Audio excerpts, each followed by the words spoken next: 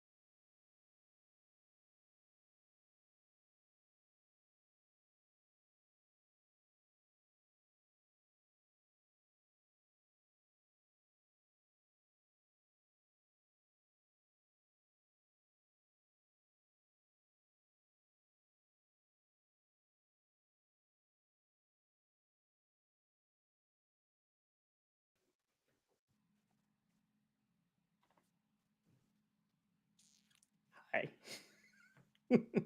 By the way, we're live. Just thought I'd let you know. Are you we're live, really? Yeah, we are. Thanks for telling me. I appreciate that. You're welcome. You're welcome. Is everybody watching me fiddle with the camera? No, I just thought we would go Okay. live and get that started because otherwise I was going to kill you behind the scenes because I was getting really fucking annoyed with you. I'm sorry. That's fine. Hello, everyone. I thought I had Welcome to Waking Up. Hello. Yes, we're live. I waited till you were done fiddling with it because I Okay. TOS. I didn't want the whole internet to see you fiddling with your thing. I mean, that makes sense. Hello, everyone. Welcome to Waking Up. We're waking up today, and Pepip's already gotten on my nerves, and we've been live 30 seconds, so it's fine. I am Aroogs. I am one of your co-hosts, and with me is I am questioning my life. Pep. He got this new camera, and he thinks he's all fancy, but he can't figure out how to do it. Yeah, he's our producer. Whoa. I'm like, it's fine. It's fine. This was working yesterday. Going in and out. Okay, hold on. I got you, boo boo. You know, it wouldn't be technical difficulties. It wouldn't be our show if it wasn't technical difficulties. Yeah. I mean, that's fine. Keep talking, Sean. I can't. Like, And for real. Oh my God! Focus. I am focused. You're I'm not I focused. have- You are absolutely not focused because I'm over here trying to fix my thing because they can't hear me, but you're over there fiddling with your thing. So put it away. And how about you focus? Thank you. Have a nice day. Hi, hello, Hi. everybody. Welcome to welcome to waking up with just waking up. And you already did this, didn't you? Testing. I just noticed the title. It is called "Figuring It Out." Yeah, that is an ongoing process. We do not have it figured out mentally. Well, it might help if technically, I unmute my it mic. is. We're just here, Testing, and 1, 2, 3. one day at a time. It seems like. Oh my god. So, hello everybody. Hi. Hi. Hi, Hey, Nerdy Will. Nerdy Will. Happy Sunday. Picking up from another one. Hold on. I know what's going on. Okay. Coming Because it from- sounds fine on. Right, like it's, I don't. Ah. Got it. Boom. Phew, how about now? Yeah. Waking up to technical difficulties. We are waking up to technical difficulties. we Sean's are. about having technical difficulties about living. That's God. fine. It's all cool. That's all good. That's all gravy. Aruz is about to. I don't know. Turn me off and leave me off. Mm. Yeah, pretty much. Oh my god. Yeah. Here we are. So we started out like, see, like you can't see my sign up here because Sean's like, oh yeah, I got this new camera. Boom, all face, and yet I'm like, you know, it looks really bad when we're on a religious trauma podcast and the mail is all up in it. And I'm sitting here looking like this. That's fine. So we had to figure that out. I put up a new camera and it's the camera. No one zoomed does. out. Absolutely, Jay. No one wants to reset. Somehow if you turn him on, you'll end up in a basement somewhere. I am pretty sure. Buying life insurance and going through balancing his checkbook. That is what's gonna happen. Yeah, pretty much. Wait, balancing a checkbook, please. I hadn't done that in like 30 years. Mm-hmm. My mom, on the other hand, does it all the time. Yeah, because she doesn't trust. Speaking she doesn't of your trust. mother, how about you tell us about what happened with your mom? Ooh, You know what? okay. You want to start out with your mouth? That's fine. We'll start out with your trauma. Okay, go ahead. Yeah, I'm on fire today. You are. You know what? That's fine. Actually, I was thinking about talking about this anyway, so it worked out. It worked out. All right. So some of you may know, may not know. Christmas a year ago, not this last one, but the one before that. When my parents were visiting, my mother and I ended up getting in a conversation about my relationship with God. Because it's not about religion, it's about a relationship. Jay. And didn't we talk about the toxic relationship of God? I just saw my teeth. I'm like, Sean's not the only one whose meds haven't kicked in, so it's fine. Go ahead, Sean. Oh my God, yeah. So at that point, I had told her, because my mother likes to ask about my religious status. If you're going to church, hey, you should listen to this podcast from my pastor. You should do this. Have you thought about this? Here's a Bible verse that is important. Here's a devotional. My mother used to send me WoW CDs. WoW CDs, for anyone that doesn't know, is the Christian version of That's What I Call Music. So she used to send me those every Easter. Anyway, so I had a conversation with mom, said that's got to stop. All of this talk, all of this attempting to persuade me. Well, I just want you to remember. I just, I want to make sure that you're in heaven. I don't want, you're my son, and so it matters to me where you spend eternity, and I want to make sure you spend eternity in heaven. So that's why she keeps bringing stuff up, even though I tell her to stop. That's why she keeps. What? But She's not respecting yeah, your boundaries? right. Shut up. So yeah, and for anyone that's grown up evangelical, there's a thing called planting the seed, which is not a kink thing. This is a religious thing. Planting the seed, always trying to slip in. Anyone that likes to slip in God every all the time, and how important God is, and all that, they're planting the seed. She's hoping that one day some little side comment or guilt trip that she gave me will sink in. So anyway, I told her to stop, and I thought that had worked. Like, I thought that was good, because the last couple times I've seen her, she hasn't really said anything. I hadn't had to. Everything had been fine as far as that goes. Until this past Easter. Should have known. So this past Easter, I get a card in the mail from the parents, of course. And it's not just a happy Easter, he is risen. I mean, Easter is a religious holiday for most people. So I understand if she had come up with something simple, like a card. But no, it wasn't that. It was a whole Bible verse.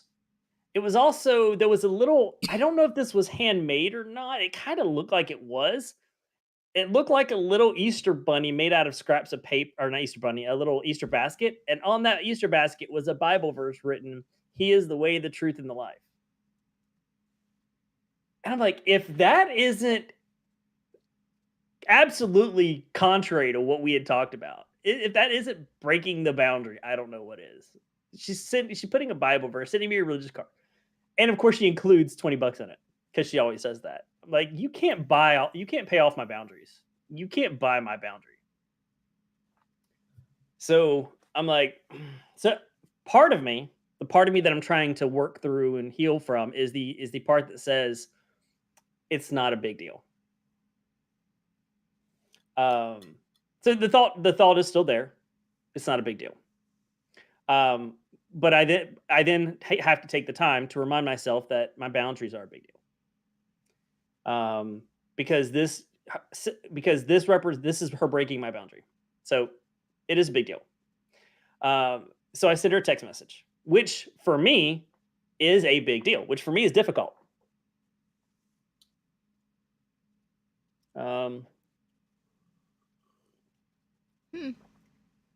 Okay. Keep going, Pep. All right. So I sent her a text message, which for me is significant, because a lot of in the past I would just ignore it, let it go. So I sent her a message telling her I appreciate the money. She didn't have to do it. She always does. But what I don't appreciate is a card. Testing. So I'm telling her, look, this is not this setting. It's not okay. Well, it might help if I unmute my mic. Testing, we did talk about 1, 2, 3. And she says, well, this is how I celebrate 1, 2, 3. And I'm thinking, breaking your son's setting. boundary is how you celebrate. Well, it might help if I unmute my mic. Telling testing, forcing 1, 2, what you 3. believe onto other people is how you celebrate Easter. That Testing, seems 1, 2, problematic. 3. Testing, trying out this setting. Well, it might help if I unmute my mic. So testing, 1, it was difficult for me not to be snarky. Testing, I wanted to be 1, 2, 3. But I was like, no, I don't know. I don't think that's really going to help, because this is a serious discussion. You broke my boundary. We need to talk about it. So I responded that this is my boundary. I thought we had talked about this. I thought you understood my boundaries are important. And so I need you to know this is not okay. This heavy-handed religious card, this is breaking my boundary, and it's not. I don't appreciate that. Mhm. I care about you guys. I care about you and Dad, but this is not okay. This is not how this is going to work. So she then replied with, "Well, what are your boundaries?" And I had to take a moment. Sky Daddy My daughter's Hush in it. Money. Fucking shit. Right? Oh my god, Jay. Yes. If she didn't always do that, I would absolutely say that that's what it is. She always includes money, and I always tell her, "You don't need to do that. You're retired. You have limited money. You don't need to be Okay, giving me focus money." on the story. So, I didn't respond to that. I didn't respond to that yet, because I needed to think about that. Because she says, "I thought I'd been clear about boundaries." One there's two major ones, one being the religious stuff. And so I was thinking, are we at a consequence now, or is it okay? Should I just go ahead and But my question for remind her? you, which is something that I asked myself, and which like I'm sure that a lot Uh-huh. of our community when they because I know that a lot of our community struggles with setting boundaries, especially when you're in the healing Hmm. process, is my Yeah. question for you is like, did you actually really set the boundary? Did you say, if Hmm. you don't stop doing this, I will stop doing this? If you I don't, if you, this is not acceptable, period, end of story. mhm. And the next time you do it, this is going to be your consequence. I did not include a consequence when I set the boundary. And see, that's the thing when she doesn't know that there's a consequence. Hmm. Because if you don't like that, Um, I realized that and this is something I had to learn, that hmm. I had to learn like through lots of trial and error, especially with your parents, and especially with somebody who is like been in your life almost all your life and consistently been your boundary breaker, is you have to go, no, I'm done with this. Hmm. This is your one, this is it. This is my boundary. I'm setting this boundary. If you continue to for this behavior, this is what's going to be the consequence for it. Because if you don't Hmm. set a consequence, if you don't have something that is going to happen, then they don't think that there's anything, because they are so used to breaking your boundary. They're so used to Hmm. you saying, "Stop it. I don't like that. Stop it. I don't like that." Or being ambiguous, that they don't know that there is something on the other side of that. Yeah. And it's really Hmm. unfair. I guess you could do it. I guess you can do it. Um, it's I personally wouldn't do it this way, but it's just like, okay, well, then I'm gonna stop talking. I told you not to do it. You did it. Here's what's gonna be the consequence. I I think that if that is the what you have to do, then yes, that do that. But if you at all possible can, let them know what the consequence is. That's the only Hmm. way. That's like I think Yeah. that's the only healthy way. But sometimes you can't, and I get that. Sometimes you don't know what the consequence is when you are setting that boundary. Um, Yes. I think that's very much where I was, because okay. I still struggle so much with setting boundaries. This is this is still very difficult for me. Um,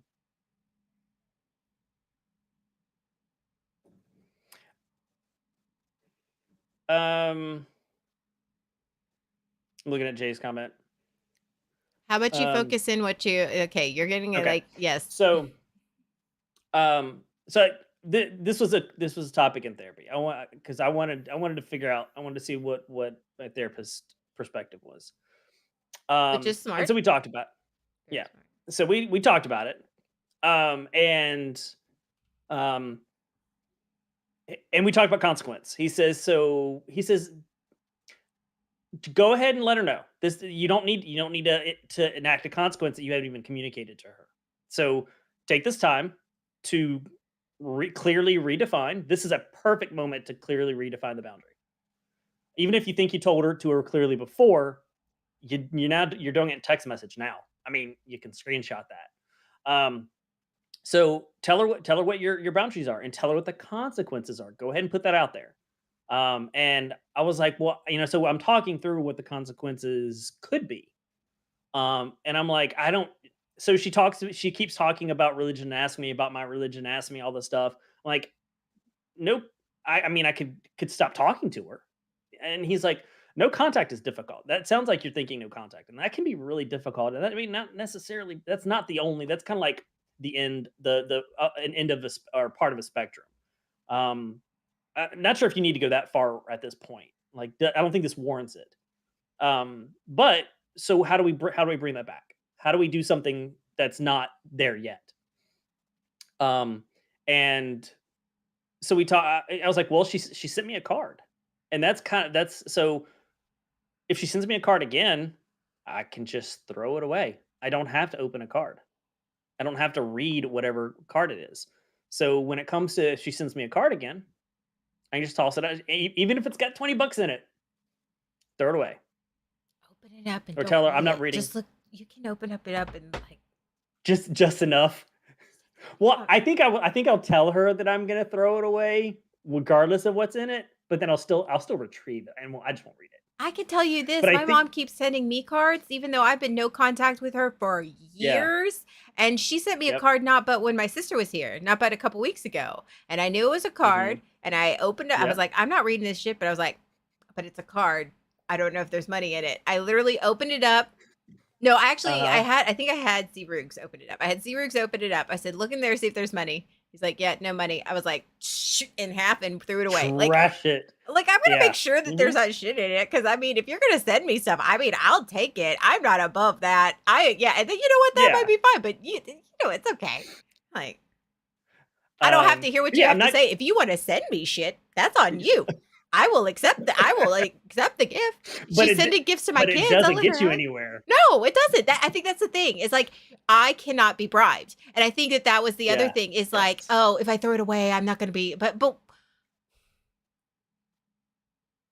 is it like? And then that's the other question. Is like, it's a moral ground. I think it's a moral and ethics thing. It's like, oh, well, hmm she's like, if you're accepting, you're accepting. No, I'm not. She gave that. She sent that. Whatever it is, like even like hmm she hasn't sent money to me in years. So Yeah. um, it's so. But she sent the kids gifts, and I used to not give the hmm kids their gifts. But now I'm just like, you know what? They're old enough to understand. There's this woman who's giving them gifts. They understand that she's their grandmother. I'll let them have the gifts. hmm I'm still not letting her have contact with them. But it's almost I think it's the same for me as in like if a band parent or some, booster was giving my kids hmm gifts for like, hey, here's a band parent, here's a gift for you for Christmas. It's literally like that. It's not like that Yeah. I'm any closer with them because they decided to give my kid a gift. Because you no longer allow strings to be placed upon gifts given to you. Oh yeah, I'm working through that trauma. I still have that trauma. That trauma runs so Yeah. motherfucking deep, like so Yep. fucking deep. And she can consistently, and she stopped doing it with me because she just knows it's not going to work with me anymore. But she still tries to do it hmm with my kids, and I'm like, no, fuck that. And my oldest hmm is very astute and very aware. She's like, Mom, she doesn't know me. Why is she? I mean, she's giving me these gifts. I mean, they're okay, but like, she doesn't know who I am. I was like, yeah, she Yeah. doesn't. Right. So, yeah. So that's going to be the consequence. That's what I'm going to communicate. Is she does that again? I'm going to throw it out. I'm not. I'm going to throw it out without reading it. So, um, if the communication happens in other ways, like if it's in person, then or if it's on the phone, I'm gonna hang up. If it's in person, I'm gonna leave. I'm gonna remove myself, and because that's the big thing about the boundary is removing myself from whatever the situation is. Um, so the second boundary that I've communicated repeatedly over the last year and a half to my mother is, um, yeah, nerdy boundaries are hard. Absolutely. Um, they're hard to create and they're also can be hard to enforce. The consequence of it. So the other one that I've told her about is the entitlement, the consent. Like my mother is I'm your mother, therefore I can do this or say this or whatever because I'm your mother. Oh my god, the number of times she said that. And so one of the big ones is she will go to give me a hug and then say something like, "Because I'm your mom," or "Give your mom a hug," or "I get a hug." There's no consent. There's no, "Hey, can I have a hug? Would you give me a hug?" There's no question. There's no consent. It is simply, I'm entitled to a hug because you're my son and I'm your mother." And so my mother doesn't understand consent, which is why I didn't learn it growing up either. Um, and so I have been pushing really hard to make sure that she does. The one thing I haven't done is, again, the consequence, which may also explain why she continues to break it. So every time she does this, I will back away. Like, she goes to give me a hug and says one of these, I step back. I back away from her. I keep distance from her. And I force her, if she wants a hug, I force her to ask me for it. You need to ask me if you want a hug, if you want physical touch. So that's when I guess I'm gonna have to define and provide a consequence for, which is physical touch. Consent is required for physical touch. Um, and even though you're my mom, that doesn't change anything. Consent is required for physical touch. So, and if you choose to violate that boundary, then I will remove myself from the situation. I will leave. I will not. I will stop it. I will stop attending events. I will stop being around you in person. If you can't appreciate that boundary, I'm just not going to show up to whatever the thing is that gives you the opportunity to break the boundary. Oh, she's gonna hate him. She hates It boundaries. doesn't matter It doesn't. It doesn't. It doesn't at all. whether she hates him or likes him or respects them. It Yeah. doesn't matter. It's not about her. Yep. I think that that sense of entitlement, like that, like boundaries. Yeah, we're talking about boundaries and trying to figure out, like, how to set boundaries, how to reset boundaries. I know I that's hmm something I'm still working on. Like I can set boundaries. Boundaries are easier depending on the situation and the person and my relationship with that person, but still figuring out what the boundaries are, actually makes you uncomfortable. I think that that is hmm things because I think um and I actually heard C. Roogs, he was working on this in his therapy, and he hmm said this, like his therapist said this to him, and he said it to me, and I my brain sort of just went, "Pff," and I've been actually thinking about this, um, because he's been working on um letting things like letting people drain, he called it draining his batteries. Letting hmm people take and take and take and just literally emptying his tank and him not saying, "Listen, I am at a point where I'm hitting E. I need a moment." Like listening, having that time, like, because that's what he struggles with, and like we all struggle with. I struggle with hardcore, and I did for a hmm very long time. It's just trying to run on empty, Oh and God, yeah. and just like trying and not complaining and not saying anything. And so he's like, I need to set boundaries. He kept saying, I need to set boundaries with these people. I need to set boundaries with these people. hmm And he his therapist said to him, how about we change that wording a little bit? Because there is a difference between you've hit my boundary and hmm I've hit my limit. Because Okay. limits are about flexibility. They're about you. They're like, okay, I have hit hmm this limit, and it is like I just need to adjust, and I need to refill my tank of it. But boundaries are about keeping people out, and they have a very negative connotation on boundaries are here. You don't go past that line. Do not go past hmm that line. Do not do this. But the limit is, here's my limit. I've hit it. Here is, and it's absolutely capable of going past that line. But you want to, it's more of a fluid thing. So boundaries are a hmm little bit are stricter. Boundaries are stricter. Boundaries are, ooh, that's interesting. Yes, as spoons. Yes, a lot. Yeah. The spoon metaphor is very, very popular. I actually have never like used the spoon metaphor. I've never used that comparison, but the difference between what are my limits versus what are my boundaries. And the limits are fluid because what I can tolerate now that I'm working on my mental health, my limits are a little bit taller, like higher in one area and smaller in another.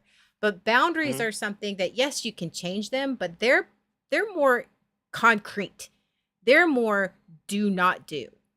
They're the Yeah. list hmm of so basically, for me, a boundary is a law. Don't break the law. hmm A limit is like a rule. It's not necessarily like you're gonna like have major consequences that will stay with you forever, but there's still gonna be consequences for the rule. But a Yeah. boundary is a law. Does that make sense? And you can change the laws. I can see that. Yeah. But that's how I look at it. Um, and I think that That you're makes still sense. like I think you are hitting like what are your boundaries? And then what hmm limits of tolerance are you going to take? Like, Yeah. so I think that Yeah. it's I'm. one of those limits create that whole this is your sense of self, whereas in hmm boundaries are a lot harder to enforce than limits. Yeah. Boundaries are usually not flexible, like you said, as like a law. Um, and also, people don't, especially people that you're having to set boundaries with, don't understand what a boundary is, and as opposed to like an ultimatum. Right. Um, and And so, like, I'm thinking about what I'm gonna tell my parents, and I don't think I'm just gonna say, "Well, this is my boundary." I'm gonna say, "This is what I'm comfortable with," because that is my boundary. I don't have to call it a boundary to say I am not comfortable with why are you you doing afraid of this. why are you afraid of the word boundary? I'm not afraid Then why don't you use it? because I can. I can speak in. I'm saying I can say it in terms of boundary or say it in I terms feel like of saying this is what what I'm comfortable with is still not being very clear. Because you think comfort so? can change. You can change. Think about you right Mm, now talking about how comfortable you were talking about your emotional trauma a year ago versus your comfort in mhm, talking about your trauma now. Your comfort levels can change. Boundaries again are very clear. They're very concrete. They're mhm, very this is what it is. Yes, you can be clear that this is what I'm comfortable with and here's my boundary because of this is what I'm comfortable with. But I think that when yeah, you use the word comfort, this is what I'm comfortable with, is a little still ambiguous. It is still being that people pleasing. I don't want to hurt their feelings. I don't want to sound mhm, off like I'm coming off harsh. I don't want to do this. No, this is where I stand. This is where I stand, and this is why, and that's what a boundary is. That's why the word boundary is such a very powerful word. yeah. So my question is, why are you uncomfortable like using the word boundary with your parents? I'm not, because I used it multiple times in my text messages with my mom.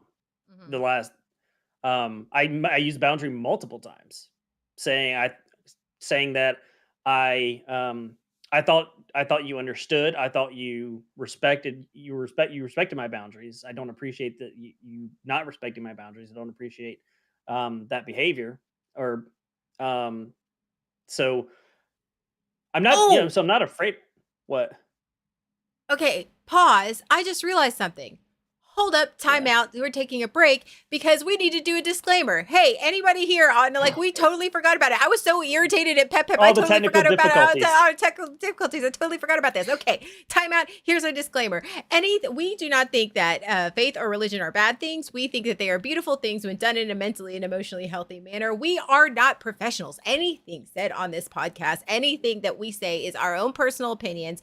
It is our own work. It is what we are doing. It is editorial only. It is not anything about like we are here just talking about our own thoughts, our own experiences. We are not licensed therapists. We are not licensed counselors. We are not life coaches. We are not any of those things. We are not professionals. If you need professional help, we can get you in contact with people who can help you, who can get you the help that you need, but we are not it. So just BT dubs. That is what all of this that we are saying is our own opinions. It is our own experiences. It's our own.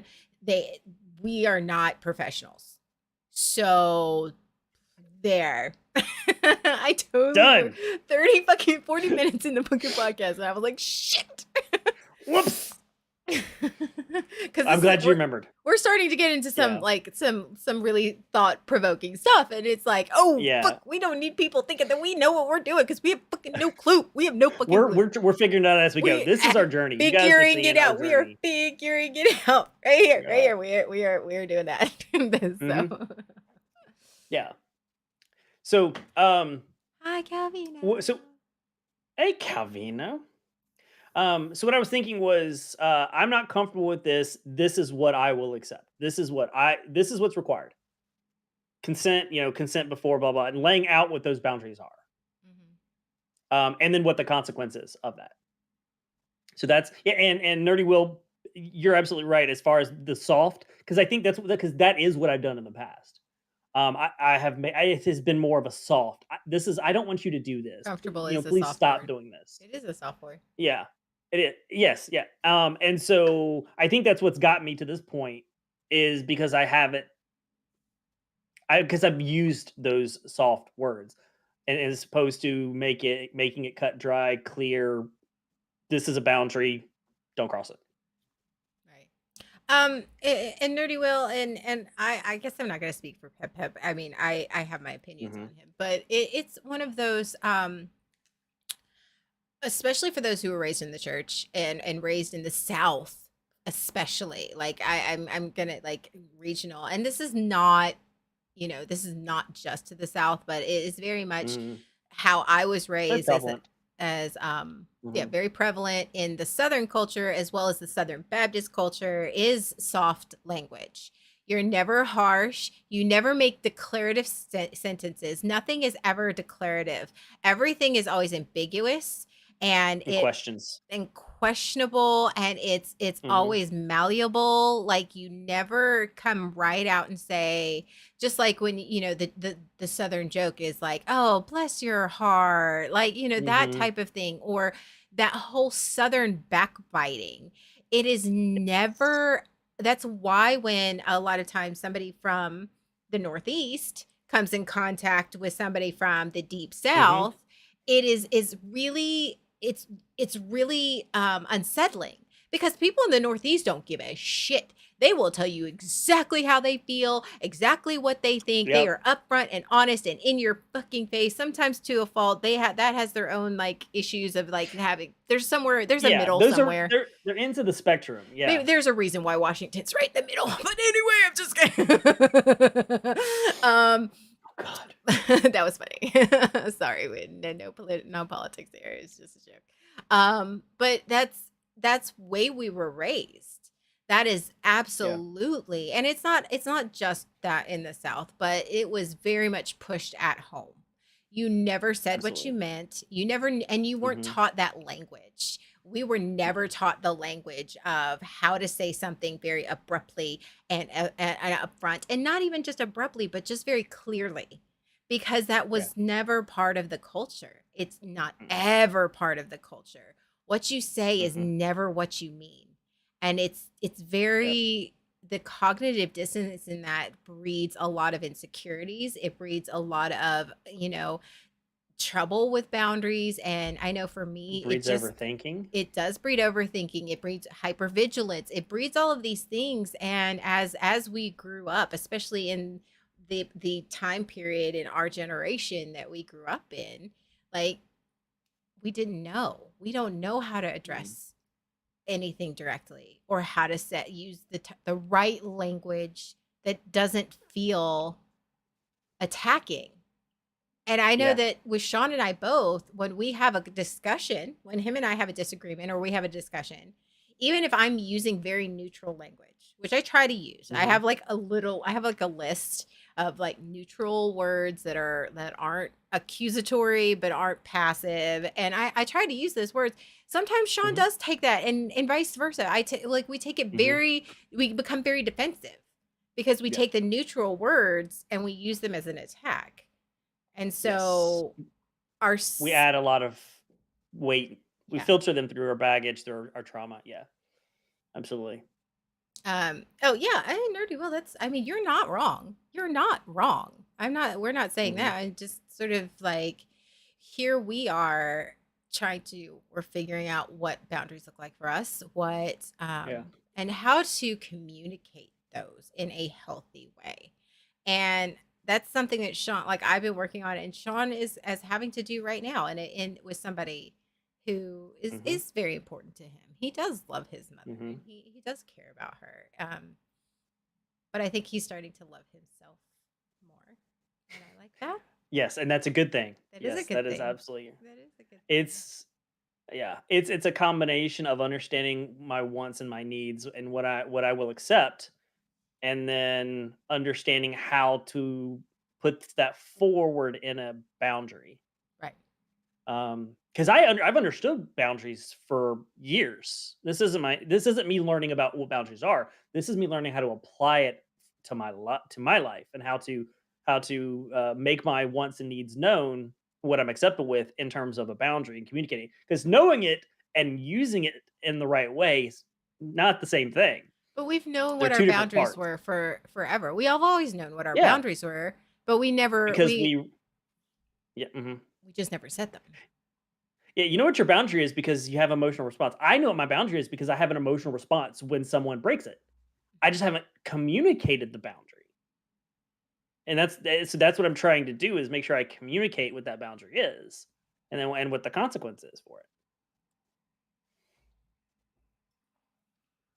It's like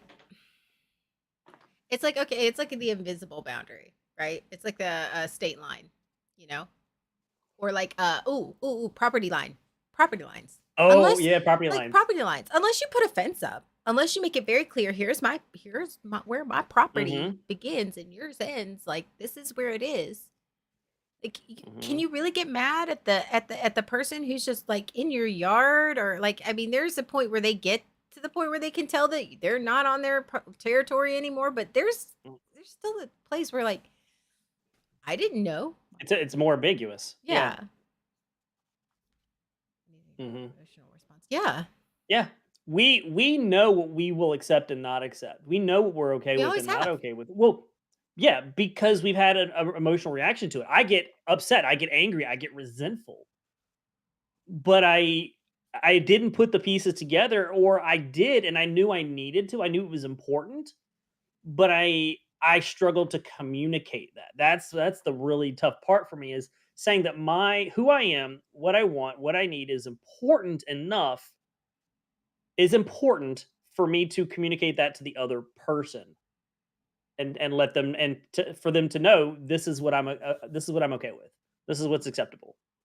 What this is what I will accept. So that's where I'm at, is trying to communicate that, and communicate the consequence, and then adhere to it. You okay? Yeah, yeah. I mean, it's a lot. My trauma superpower doesn't end because I'm getting healed, Um, fucker. Like don't even it, try with me, my hypervigilance. I know. well, I really. it's it's t- I'm dealing with some, because I've known for years what I'm okay with and what I'm not okay with, Mhm, and I haven't communicated that. mhm. Some of what I'm dealing with is kind of that guilt from not doing that. Some of that I should have. So I feel I'm being a bit critical of my past self for not putting these out there, for not saying that, for not setting my boundaries. Because I feel like a lot of my life has been a result of not doing that.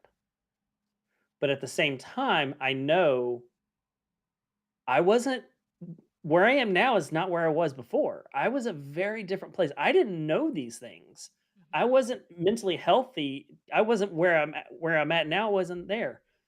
So I have to be careful. Not I don't want to be critical of myself back then, because I didn't know. because I didn't have the skills. That's a big one. I didn't have the skills to talk about it, to make the choices that I'm making now. Mhm. So yeah, that's what's all going on up here.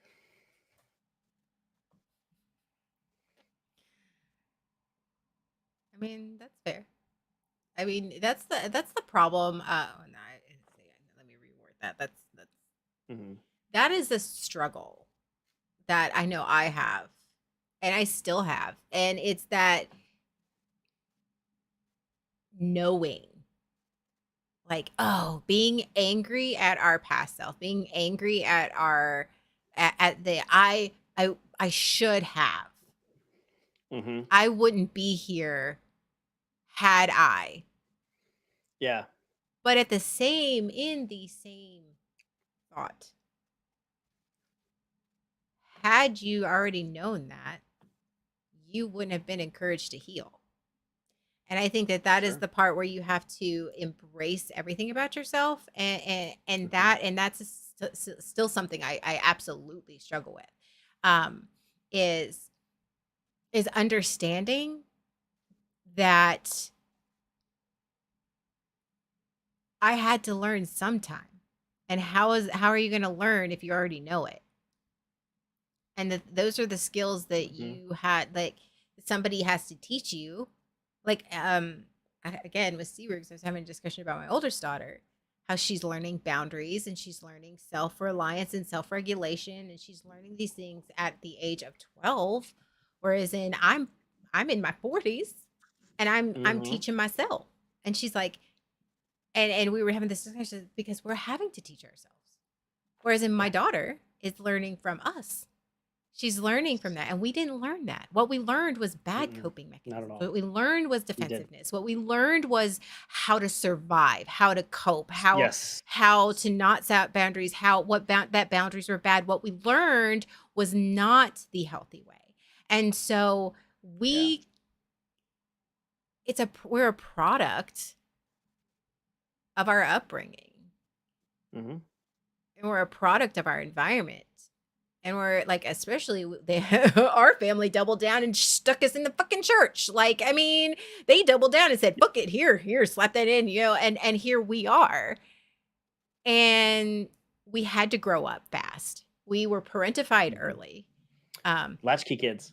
we were We're part of the latchkey latchkey kids, but you generation. weren't necessarily parentified as much as I was. But I mean, That's correct. we're Mhm. we're I parentified. was golden child. We were left alone. Hmm. Your expectations were different, but then at the same time at the church, we were expected to be mini adults. We were expected to be We mini were. adults. We were trained to be mini adults. And Yes. so in that aspect, as children, we think that adulthood is this trauma, this way of life. Hmm. And we can't be mad at those children. You can't be mad when that's what they think you are. And I think that that is, the whole why it's so really important for my healing and Hmm. my mental health and my journey is starting from my inner child and just going, okay, I'm going to reparent you. I'm going to retrain you. I'm going to Hmm. I'm going to treat you how you should have been treated. And I would not, and looking back on that, would you be mad at a child for, I don't know, doing something bad, breaking something, playing with Hmm. something that they probably didn't know, and then breaking it? They didn't know. They didn't know that glass was your grandmother's antique thing. They were just playing with it. They thought it was pretty, and they wanted to play with it. And you would be upset, yeah, but you wouldn't be Hmm. mad at them. You wouldn't blame them. They were just And playing. you wouldn't villainize them. No, You did it on purpose. right. Now my life is ruined. Now everything I had, but no. And I think that that's where I have to approach myself. Is I have to understand that how would I treat my children in that aspect?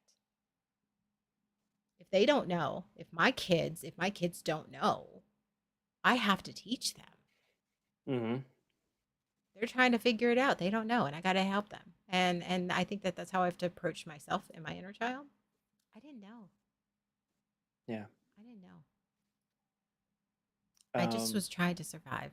And I think that that is like, when we look when we look at people who are in, let's say they're in cannibalism, or they do what they have to do, like they do some really sketchy shit when they're like prisoners. Think of that as that way, when Hmm. they're prisoners and they do some sketchy shit, even though in the back of their head this it goes against everything that they stand for, but they're doing it Yeah. because they're trying to survive.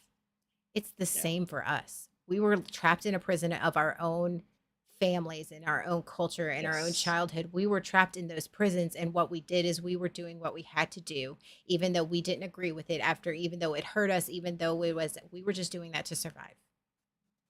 Yep. And you wouldn't be mad at them if those prisoners who did what they had to do just to survive. I mean, you wouldn't like it, but you wouldn't blame them because they survived. Hmm. It's the same. The brain has an amazing ability to help you survive. Yeah. The brain will do everything it can to survive. It doesn't distinguish between healthy and unhealthy, Mm-mm. in its primal sense. Absolutely. And so as a child, I get these feelings. You get these feelings, and I learned to do things to deal with that feeling. And as a child, Dr. K from Healthy Gamer, if you don't follow him, for our community, if you don't follow him, he's really good. He had a video talking about this, where as a child, you don't have any control over your life pretty much. I mean, everything's dictated for you. So you have these emotions, you don't know what to do with them. You deal with them with the only way you know how. You figure out a coping mechanism, playing a video game, watching TV, playing with the toy, whatever, right? Because you can't control your environment. It becomes unhealthy when you grow to the point where you can change it. You do have control of your environment, and instead of outgrowing that, instead of relearning that coping mechanism and making it healthy, because you now have a control over that environment, Mhm. you continue to do the same thing. You haven't changed that. And so your and that's what we're dealing with. That's what I'm dealing with right now, is that childhood coping mechanism. I'm still using it as an adult, even though I can change my environment. I have control over what I accept from people, but I'm still using that coping mechanism I learned as a child. Mhm. It's because it's your base. It's your break. Yeah. It's your base. Hmm. It's your baseline. Yeah. Yeah. And that's hard. And that goes with setting boundaries. I mean, that absolutely circles back to setting boundaries, because setting boundaries was not safe. Setting boundaries was, I know for me, setting boundaries was not safe. I wasn't allowed to close my door. I Hmm. wasn't allowed to have privacy.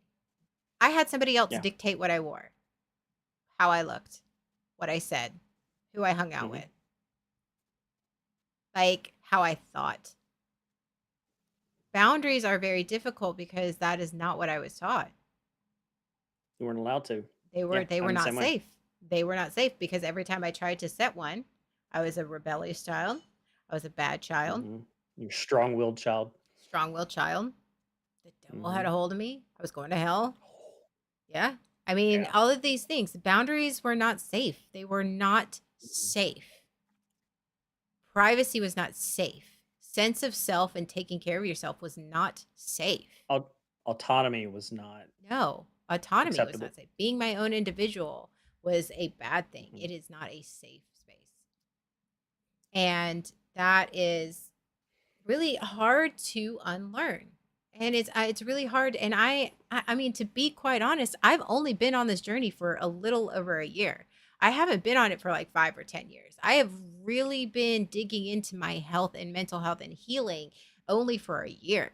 I've only been doing the honest, gritty, hard work for a year. And have I come a long Hmm. way? Yeah, I have, absolutely. But I've got a lot of shit that I'm still trying to heal. And it's hard. Yeah. And boundaries Yeah. are one of those things that, like, I was not, it was from the get go, boundaries are not safe. And so, in Hmm. trying to, that's why I know maybe for Sean, I don't know about you, but that's why I use soft language. That's why I try to manipulate how I say Hmm. things I'm the same way. to Yeah. set my That was the only boundary. safe way. Right. Yeah. To set And you my and you boundary. hoped, I hoped that I would use the soft language, and I would hope that they heard that, and that they respected it. Mhm. the problem was I didn't do anything when they didn't, whether they didn't understand it or whether they didn't respect it. What's that face for? It's a Calvino's. I gotta run. Immigration agents are looking for you. Love you. What? Bye. Let us know how that goes, Cavino. I Um, can't tell if that's a joke. I know that's a thing in Texas right now, but He's in California. It's fine. I know that I was like, is that a thing in California? Um, It's a thing all over the United States. yeah. Normal, reasonable, Joke. respectful It's a joke. people. Okay, good. I was like, Okay, "Ooh." okay. See, the Listen, problem is, listen. I live in in Texas. modern That is a thing. That is a thing. So when I first heard about that, my first thought was, "Oh my god, this is okay." I'm glad it's a joke. I don't want to go too far into that. no, All right. no. So Nerdy Will says normal, reasonable, respectful people do that. Do that. Yeah, absolutely. Yes, normal people, respectful people, Mhm. mentally healthy people. When you say, "Hey, here's a boundary," okay, we do that. You and I do. You'll tell me, "Here's my boundary. This is what I'll accept." Okay. All right. Great. Thanks for telling me. Now I know. Um, You're not very the good at problem that is, yet. Sometimes I still I'm have still to. working on that, I know. With him, I and I still have also to get, guess. I'm like, yeah. I'm just that's still a big struggle for me. but Um, that's also our personalities too. You have to, I think, and yeah. we don't talk about that nearly enough, is that you are going to heal and you have to understand. And we joke about it, is it my trauma or is it my Mhm. personality? But you have to take Yeah. into account your personality, where Mhm. where you're going to grow better in one area versus where I'm going to grow better in my area. I am going to be Yes. able to go, no, that's my boundary, because I was that kid, which is I always got in trouble for it. But you're not, you're more reserved, you're more Mhm. introverted. I really think you're an ambivert. I, You're not an introvert. Like you yeah, I would tend to agree with you. but like I also, yeah. yeah. So yeah, and that's we are going to grow, and the areas in which we grow are what our journey looks like is very different. We may have some of the similar traumas, and similar unhealthy coping mechanisms and all that, but our journey through that Mhm. looks very different. Yeah, because we're different people. I think that Yeah. that's we have to embrace that. So, I mean, Mhm. even though Sean and I have very similar backgrounds, like our experiences are different, our personalities are different. That's why the show Mhm. works. Is our personalities are different. Yeah, I mean, right. I am total cat As energy, and he is total golden retriever energy. golden It retriever it energy. is what it is, and that's fine. And embracing that, but Yeah. which is why it's easier for me to use that very. This is my boundary. No, you hurt Mhm. me. No, that's bullshit. Like being very clear in that. I Mhm. had to learn and be trained to use ambiguous language and to use that type of soft. Yeah, I had to learn. And that was actually one of the things that Sean really didn't like about me, was the fact that I was that upfront. Our entire relationship. He hated it. Mhm. I don't know if he still likes it. I don't know. Like, Um, I'm yes and no, but that has a lot more to do with me, because the reason I didn't like it, what I've learned is the reason I didn't like it is because I interpreted all of it as an attack. That direct language, what I received it as you attacking me, Mhm. and so I got defensive immediately. It triggered me, and I got defensive, and I responded. So of course I didn't like it, because I always felt like you were attacking me for it. You were attacking me when you spoke directly to me. I'm learning to not to identify that trigger, and to not and to uh not to deal with that feeling of being attacked, and to go, okay, i- am I being triggered? What am I feeling? Why am I feeling this way? And to not receive everything as an attack. um and part of that is that we've talked about this before, the villainization. That's one thing that I grew up doing, is villainizing people, thinking the worst of people, expecting the worst. So when someone bring something to me when someone speaks directly, my brain immediately goes into that villain mode, that you're attacking me, I've done something wrong and you're coming after me. When that's not the case, you're just being direct. So it's less about you. It's less about me not like or you being direct, and more about me accepting, me learning that your directness is not a bad thing. It's a perceived threat. Yes, yes, it is. Mhm. And I think that that's the thing is like like a lot of times when we get anybody gets defensive. Like your mom's going to get defensive. Your mom is Mhm. going to get defensive. My mom got defensive. I mean, I can't say that your mom is going to get defensive, but I can No, she already. She. I can Yes. imagine her getting Yes. defensive. Mhm. Yes. Because it's a threat. It's a threat to Mhm. her way of life. It is a threat to, Yes. and she's going to lash out about that. Mhm. Yeah. And her negative response, the way she reacts to it isn't necessarily her being a villain or her being her is that her being a bad person. It's her being told this thing that you've been doing for my entire life is no longer going to work. Um and so I have to be so I don't want to look at her and go, okay, you're breaking my boundary on purpose because you're a bad person. Mhm. No, because it's not about her, it's about me and what I'll accept. So You okay there? I got to send that text message today. There's still anxiety. Remember the What's wrong? anxiety I talked about? Yeah.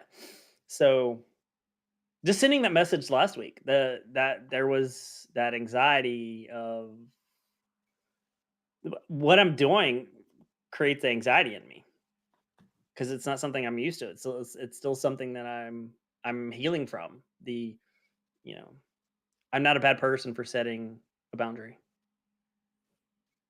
I'm Yeah. not a bad person for communicating what I'll accept Yeah. and what I need and what I want. Yeah. I'm saying that for me. I know. I'm letting you.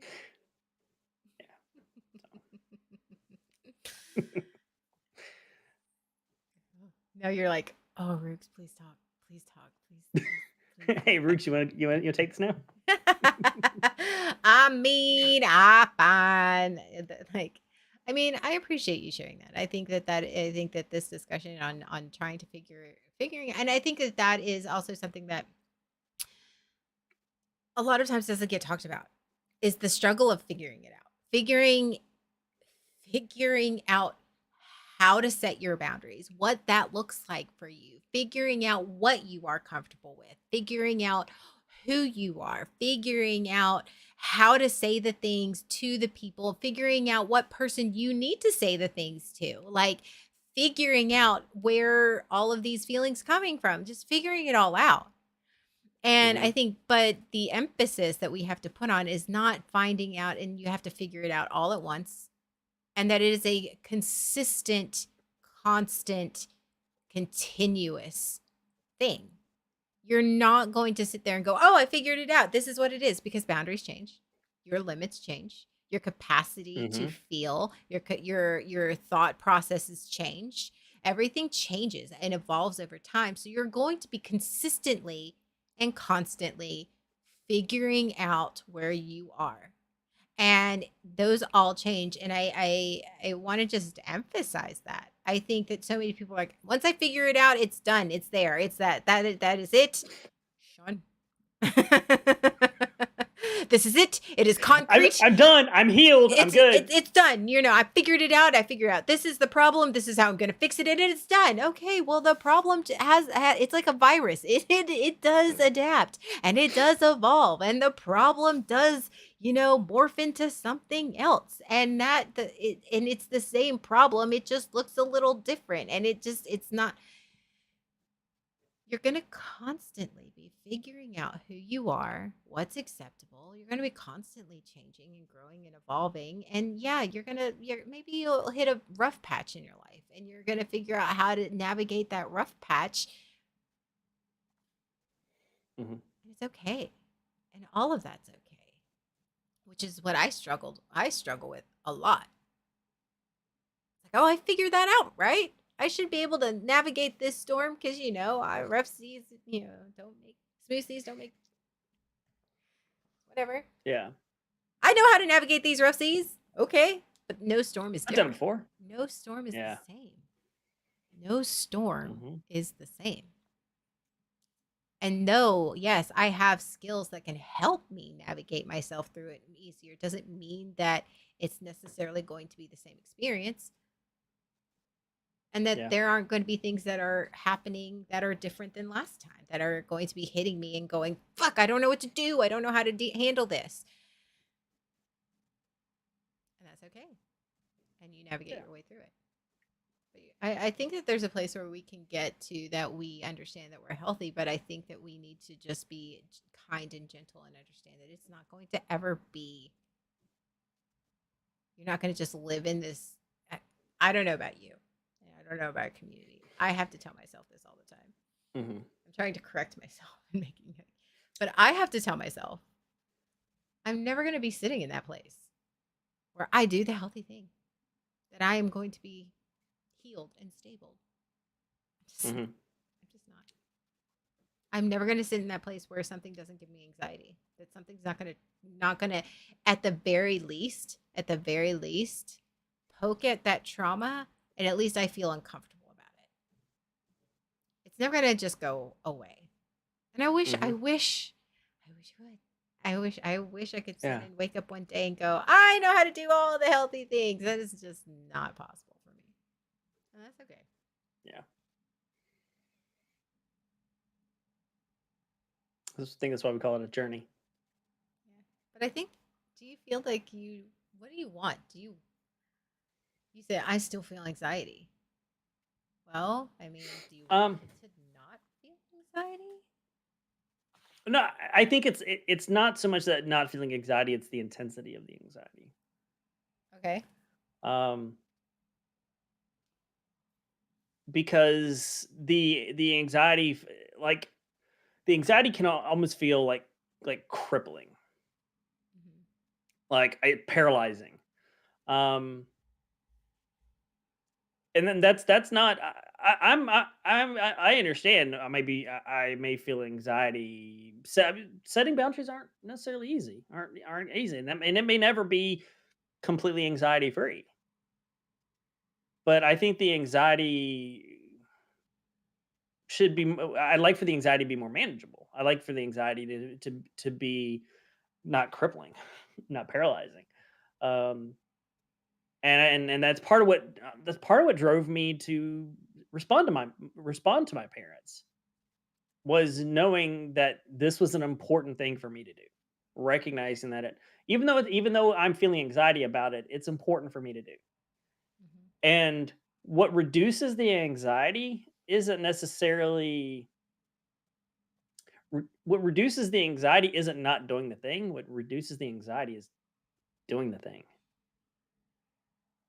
Um, if I didn't send that message to my parents, I would always be thinking about sending it and how she made me feel, and it would be pretty much never ending. There would always be a certain level of anxiety there because I know it's important for me to do it, and I've chose not to do it.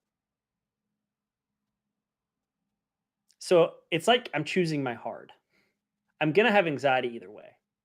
One of them means it's always gonna be there. One of them means I'm gonna experience it, I'm gonna deal with it, and then I'm gonna move on.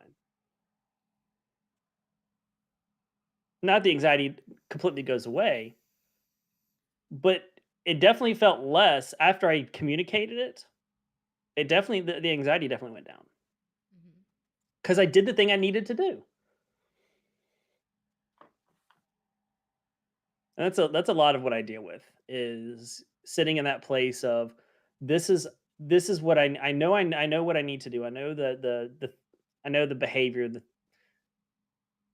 I know what's important, and I say should, and I'm trying not to say should. I know what the mentally healthy thing is to do. I know what the thing that would make my life better and would help me on my journey to become more mentally healthy, and and not doing that thing. That's I think where a lot of my anxiety comes from. That's where my anxiety has come from. Is when I know that it's something that's important for me to do, and I don't do it because then the anxiety just kind of perpetuates, and then it stacks, and then it stacks again, and the more those things happen, the more the anxiety stacks, and to the point where like my daily life is sitting at like 80% anxiety. Seriously, that's what it feels like sometimes. Oh, That's wow. that's what I'm trying not to feel like anymore. Is to, I'm not sitting at 0%, but I'm not sitting at 80% all the time. There's a middle, 40. Yeah. 40. Yeah. I mean, at that point, 40 half would be fantastic. Oh, it's So, yeah. You nice little overthinker. yeah. Am I ever gonna not be an overthinker? I doubt it. Yes, You think so? overthinking is a trauma response. Yes. Yes, It's it's a a trauma survival skill. response. It is. But is it something I'm ever gonna be at the point where I don't do it? I don't know. You tell me, are you going to heal that trauma? Or is it a point where I manage it better? See, my last therapist said, "You're an overthinker. That's how your brain works. So you have to learn to manage it." Why But do you I think know what you think about my last therapist. I have words about your last mother? There's a reason it's my last therapist and not my current therapist. Yes. Mm, yeah. Um, yes, Yeah, overthinking is a it is a trauma response. trauma response. Just like hypervigilance is a trauma response. And Hmm. we can sit there and we can sit there and yes, like I said with my hypervigilance, it's a superpower. But there's a Hmm. difference between my hypervigilance and it taking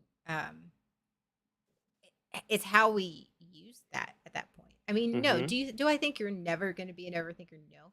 But I think it's the what you overthink. I think that's accurate. Yeah, I think that's very because you're with your hypervigilance is why did that hypervigilance develop and what good did it serve in your Safety. life? Why was it a mechanism? Safety. Safety, Absolutely right? safety. Absolutely. It was I had to I was expected to be able to first off I was parentified. Second, I was responsible for other people's emotions. I was responsible. So I had There you to go. make Yeah. sure that I was very hyper aware of people's mood changes, how their behaviors change, because it was safety. Because if I said or did the wrong thing at the wrong moment, the wrong time, when they were not in a place where they could tolerate that, it was Hmm. bad. It was bad. Hmm. And shit got bad. Really bad. And it wasn't safe, and it wasn't It was safe for you not anymore. safe. Yeah. And that I don't mean just emotionally. So Yeah. it's one of Hmm. those that's what I learned. But and I carried that well into I was doing it a year ago. It was Yeah. that whole, are they mad at me? What did I do? Why are they mad at me? Like, why, okay, what can I Hmm. do to change that? And then I would go off of that. Am I still Hmm. hypervigilant now? Yes, absolutely. I absolutely What am do you still do with it? hypervigilant. But it is not necessarily, it's the information, it's how, it's why. Yeah. I think overthinking is similar to that. I think my overthinking is planning out every possible situation, every possible scenario for a similar reason. It's because if I plan everything out and I know what's going to happen, that gives me a level of control. And growing up, I had no control. Um, in my own home, I wasn't safe. I wasn't safe in my own home. And so overthinking gave me that control that I didn't have. I could control. It allowed me to control something because I had no control over this other area. Um, I still overthink, but it's like but I think a lot of it's recognizing that this is overthinking. Um, and recognizing why I'm overthinking. And then kind of learning to pull that back because it's not necessary. At this point in my life, those things aren't necessary. That skill isn't. Still do it. Oh yeah. Um, I yeah. think I think the thing that was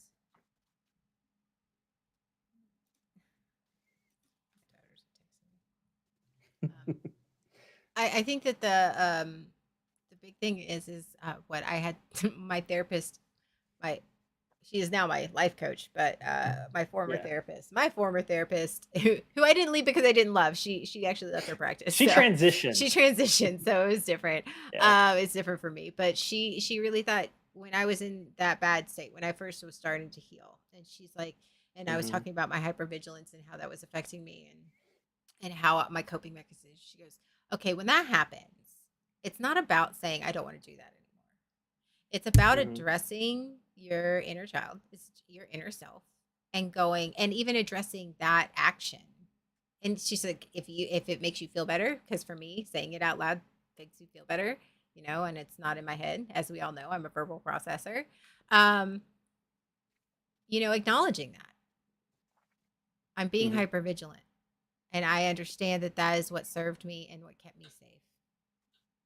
I appreciate you for keeping me safe. I don't need you to keep me safe anymore. And Yeah.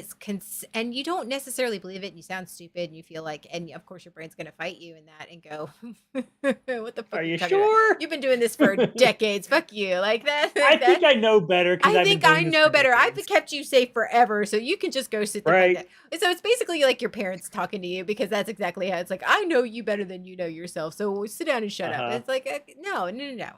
I know better for Yeah. myself. Yeah. And in that hypervigilance, what is it doing to serve me? I am no longer. I am safe.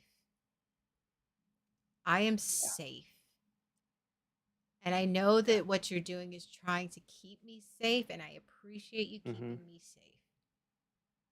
But I don't need you to keep me safe anymore. Yeah. That doesn't mean that the hypervigilance goes away. It just means that all of a sudden my brain starts to train itself on, okay, that's not my job anymore. That's Hmm. not my job anymore. I'm still going to do it. They're going to still show up, but the roles have changed in my head. Yeah. Their voice. I think of it as their voice at the table because I think of it all the parts are sitting at a table. Yeah. Like a big meeting, and like their voice at the table isn't as strong. Mhm. Whereas before they pretty much commanded the room. Right. They ran the meeting, and now they're a voice, but they're not running the meeting anymore. Right. Yeah, Under new management. We're under new management. exactly. Under new management. Yeah, and my therapist took it as far as because I when I first learned about like IFS, the internal family systems, and the parts is like I would like I'm ignoring that part. No, I hear that part, but I'm like I'm ignoring that part. And he's like, no, no, no, hold on. When you're in a meeting and you have something important to say and you think it's very important and they ignore you, how do you feel?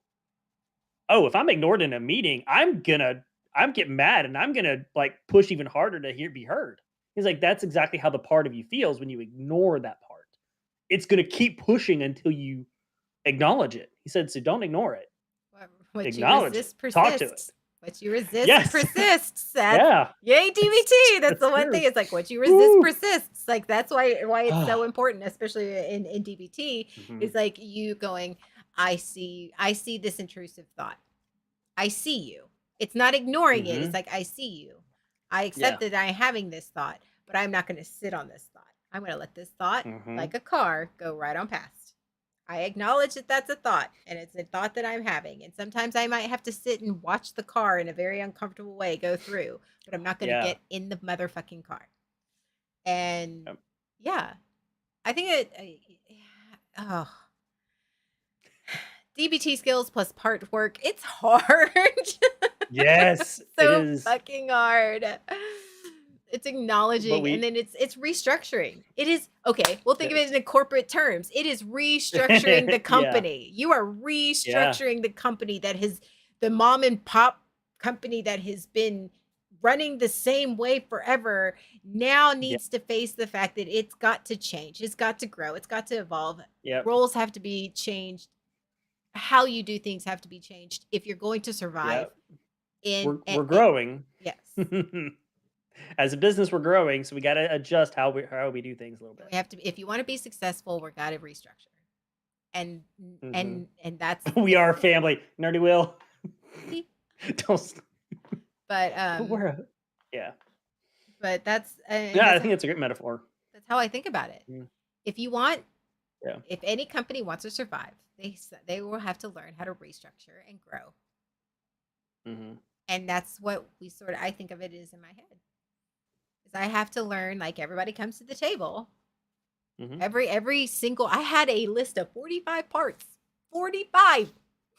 Wow. I got a lot of voices in my head. You got a lot of parts. I got a lot of parts. I got a lot of parts.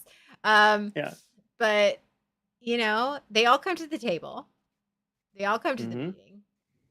And I Yep. got to figure out what their role is now, Mm-hmm. and it's going to change. And we learn and we adapt and we trial and error, and that's okay. Yeah. So, yay! Okay, there we are. Therapy. Growth. Growth. I appreciate you Yeah. sharing, Sean. I know that was Thanks. not easy for you.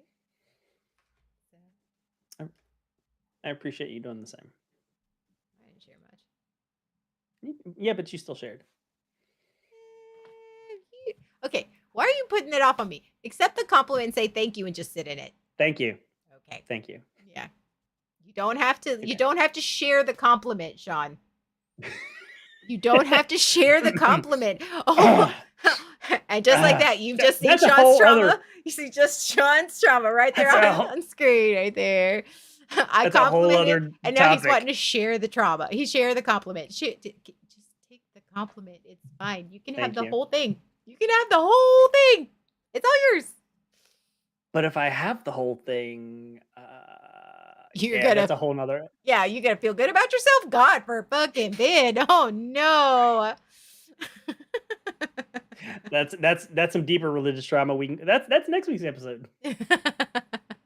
All right. And with that, thank you everyone for joining us for waking up. Some people expect you to share the compliment back. Fuck that shit. Yes, Nerdy. Some people compliment with the expectation that you will compliment back. That's like giving a gift. That's like giving a gift Yes, and expecting it's a something in string. return. It's Okay, we're gonna talk about that next week. We'll talk about that next week because we're gonna be There here you go. forever. Because the Yeah. strings when it comes to compliments and gifts. Whenever you're giving something, getting something in return. All right. it's called string theory. It's called string theory. There's your title. Oh my God, no. All right. Anyway, with that, bye everyone. Bye. Oh God. Oh God. I can never Hit find the my button. end screen. Hit the I can button. never find it. I did. That sounds like a personal problem. Yeah, that's fine. Yeah.